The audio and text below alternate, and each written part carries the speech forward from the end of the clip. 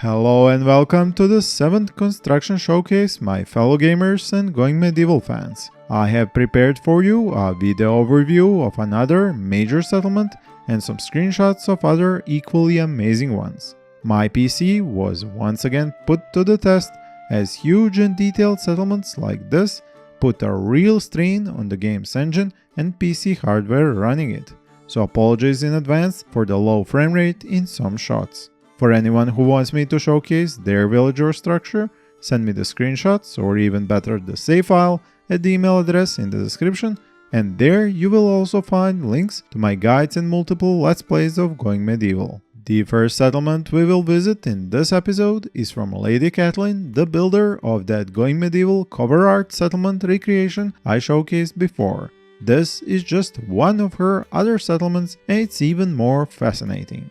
Knock knock, may we come in? The scope and scale of this settlement, its castle, walls, grounds and food basement are something else. And not only is it simply massive, it's also highly detailed and featuring all the improvements Update 3 brought us, which I talked about in my previous video, link up here and below. This settlement does not keep everything behind its walls, as evident by the crop fields and farm buildings, as well as a major cemetery, which is built with lots of small details. This double-layered hollow bridge is unlike anything I have seen before, and its design is both beautiful and architecturally sound.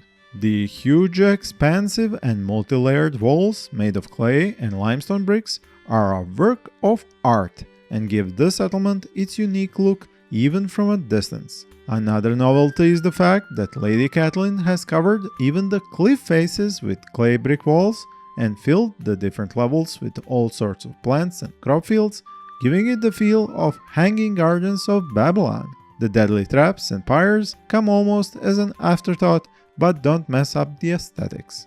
Now, a really cool and hidden feature of the walls themselves are these passageways inside of them. They connect directly to guard stations and double gates, which protect this main entrance. If we move on to the other side and guardhouse, we find out that these wall passages go through all the walls and all levels of these walls. There are the occasional doors to the inside of the settlement and even tunnels going below the main keep's entrance, emerging on the other side and continuing all around the settlement. What's great about this design is that it lets you repair damage made to the outer walls from the inside at all levels and access to the wide battlements. And on the subject of the main keep, its design also uses a heavy mix of clay and limestone bricks with a huge amount of details permeating all of its levels and the entrance bailey. Some of these levels even hold a large amount of armor racks with many superior crafted clothes and armors. If we remain on this layer, we can take a peek at what the rest of the smaller homes and specialized workshops hold, but we will look at those individually to check out all the details. What caught my eye was the gleam of steel bars on the 3rd floor of this building. There is also a lot of coal, meaning we will find a blacksmith and armor smithing workshop here. And we do, on 2 levels at that. There are even some already made armors on display. The mix of clay and limestone building material is repeated here, and furnaces are where we expected them on the ground level. Right next door is a very large kitchen with no less than 6 clay hearths and just as many brewing stations upstairs. For super efficiency, the dining great hall is in the next building, and we even managed to step in just in time to see some of the villagers eating and drinking here. The stimulants are spread in neat stockpiles next to pillars, while meals are stacked on shelves in the corners. It's one of the better examples of simplicity and efficiency. Just outside is a really nice garden, beautifully designed, combining trees, plants, paths, low walls, tools, where you can read your favorite technical manual written and kept in the library right across the path. Its top floor holds all the research workbenches and even features a game table to help the villagers keep that logic sharp. The ground floor is the main textbook library and it's quite well lit. Next we have another workshop for wood and clay crafting. Bricks on the ground floor, while the other 2 levels house the bow and crossbow production workbenches and quite a number of finished ones. You can spot a visual glitch here actually, because the new limestone arches don't align perfectly to upstairs floor tiles, something for the developers to work on for the next patch. If for a moment longer we stay on this ground level, we can travel the paths like the settlers do and find some of them doing exactly that as they go about their daily routines. This just goes to show you how great making roads is, which one of my guides is all about, link up here and below. The small building over here is where the medicine is produced, and a really cool touch is the bed for convalescing settlers. Too bad players still have no control over this, but it's a very nice role-playing detail. Going over to the side, we will find our first religious building. It is a church, but its outside design is much more interesting. LadyKathleen has used the new visual options for roofs to create this interesting repeating pattern on the front, while the back features an actual bell tower. The only thing missing from this careful recreation is the actual bell. Now I know what my next suggestion for the developers in their Discord channel is going to be. Next to the church is a simple brick crafting workshop overflowing with new limestone bricks. And over here is a sewing workshop, and it too has a roof with a cool saw-like design which covers 2 full levels of sewing workstations and lots of shelves full of linen and leather. This settlement might not have an inn, but it definitely has a big gaming community. Evident by the 2-level building, which interestingly enough has a vegetable garden. This is in fact a detail which shows up time and time again, and many buildings have small gardens or crop fields right at their base. Just like this home over here, but nothing seems to be growing at the moment. These single bedrooms are quite big in game standards and usually furnished with chests, armor and weapon racks, besides the obligatory braziers, bed and torches. Although I am not totally sold on the idea of having burning torches right next to a straw bed. Looks like a major fire hazard even for medieval times. I think it was Stefan who commented how wall torches are misrepresented in the game, and well, in movies and TV shows as well, because these would only be metal cones for torches where people would just put them up for a short while as they moved about, but not leave them burning there all night long. This is why these candle wall stands are much more realistic, but on the inside, not outside where any gust of wind would put them out.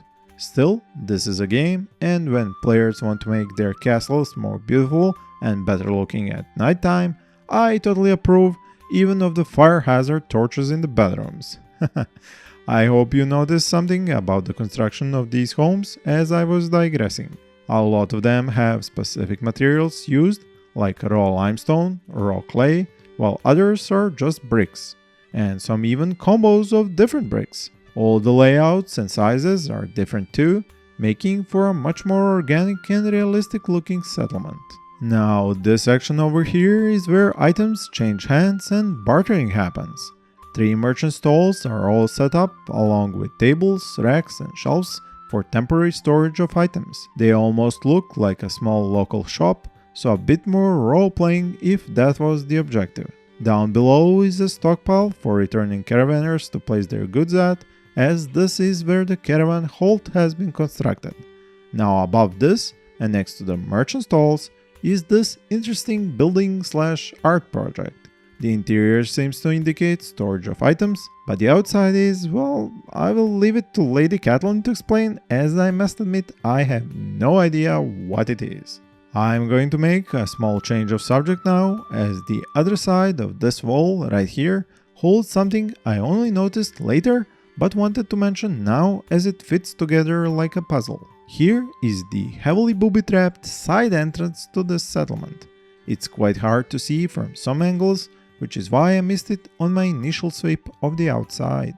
Its location is no accident, as these double doors lead higher up the battlements and walls to another door, which is even harder to notice, behind which is a tunnel and exit onto the building, which is the home for those merchant stalls we saw. So this is like a back entrance for trade, and considering there is ash here, we can conclude it has seen its share of enemy attackers. It is another feature of this great settlement which just keeps on giving brilliant inspiration and ideas to all of us. As for the historic stats of this settlement, it was created in over 1000 days and 17 hours of playtime, with no loss of settlers and a total number of 29. They have defended against 87 raids and killed over 1300 raiders. This is all on a hillside map, standard mode and normal difficulty. Next up we have a pair of perfect little homes which show just how much you can achieve when building by using different materials and objects, and that even if you use almost the same structural design, two such buildings will have very different looks. Walls, roofs, stairs, and even doors differ, while the size and shape are exactly the same. Another way of using these objects to create unique designs can be seen here, where the fire pit is designed with just some low walls and different types of floor tiles. Moving on to the next structure in view, we have one of the most oddly shaped religious buildings, and I approve wholeheartedly. It is fantastic to see some new designs when it comes to religious buildings instead of people recreating ones from the real world for the 100th time. The first level is totally open and empty, and it's only the second one that holds actual shrines. Here we have some more structures set aside for production. These have a very simple design and each one holds 4 skeps, while their products are moved to the back in a separate structure and stockpile. I don't know about you, but after looking over these structures and individual buildings, I have gained so many new ideas about what I could construct in my own settlements and make them more unique. Going back to this castle-like structure again, I actually managed to find out what it reminds me of: a Roman Colosseum. It has that open combat space, raised seats, chairs for the nobility to look down on the combatants, and so many more details which just require you to look down at them in another light or camera angle.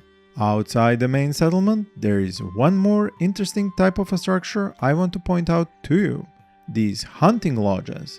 They are medium-sized single-room structures made from wood and sporting deer head ornamentation.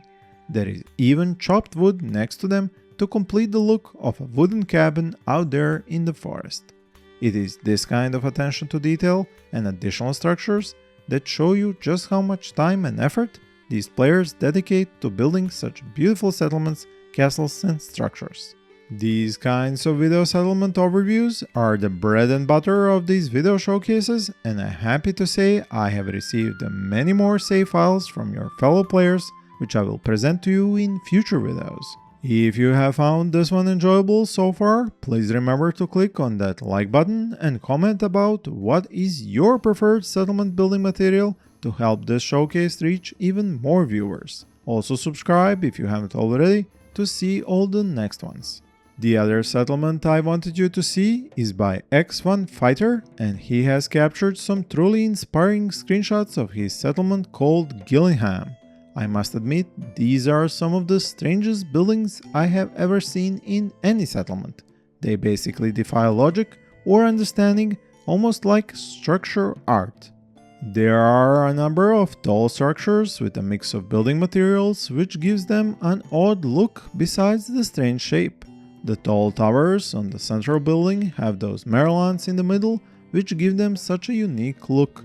There is even one structure with a cross, which might turn out to be a hospital or something similar, but I hope X1 Fighter will tell us more about it in the comments. This was also one of the better lit settlements before Update 3, which looked totally amazing during nighttime. Almost Hollywood level night shots with dozens if not hundreds of torches. When the fog rolls in and covers the entire settlement and you add that light, oh my, does it look amazing. Not only do I get goosebumps looking at it, but also flashes of Scooby-Doo in some haunted castle episode. I never thought I would reference Scooby-Doo in my gaming videos, but that just happened. There are even some screenshots of actual lightning strikes right into some of his clay and limestone brick buildings, and these are basically the money shots. I must say I have never before seen anyone manage to capture so many separate lightning strikes on screenshots. Some of these inflicted quite a bit of damage, as you probably know if you had the misfortune of your settlement getting hit at just the wrong structure or building level. And just by the number of lightning strikes the settlement was subjected to, I must conclude that the game hates the look these buildings have, and Thor himself came down on them hard. Not only are the buildings themselves strangely designed, but so are the walls, which can be seen in a few screenshots in construction and when completed. If you are wondering how those towers were ever built, here is your answer. Lots and lots of scaffolding. It might seem excessive, but when you want to create new shapes high up, there really is no other way but to construct additional temporary structures alongside the ones you're building to gain access. You can choose to bring those down in a pile of broken wood by cutting out the supports or working backwards level by level to salvage the materials. There are a few pictures of the settlement in winter, and because of the materials used in its construction, the snowfall gives it almost a new look as it mixes with the colors and shapes of the settlement itself. All the cinematic shots of this settlement are just gold, but I did manage to find some of the inside as well, because as you know, I prefer to be able to show you both the outside and inside of these builds. These are all top down, which is a nice change of camera angle, and it is not something I get to show you often, and best of all, these peel away layer by layer so you can see what is built on each one. It is a bit hard to see details because the camera is so high, but some things are easy to spot, like the library, bedrooms, workshops and Great Hall. The extensive underground stores are definitely not something we would be able to check out had X1 Fighter not posted these shots. And with these, we end this episode of Player Construction Showcase. If you want me to showcase one of your construction projects, send me your save file or screenshots to the email in the description below. Thank you for watching and happy gaming!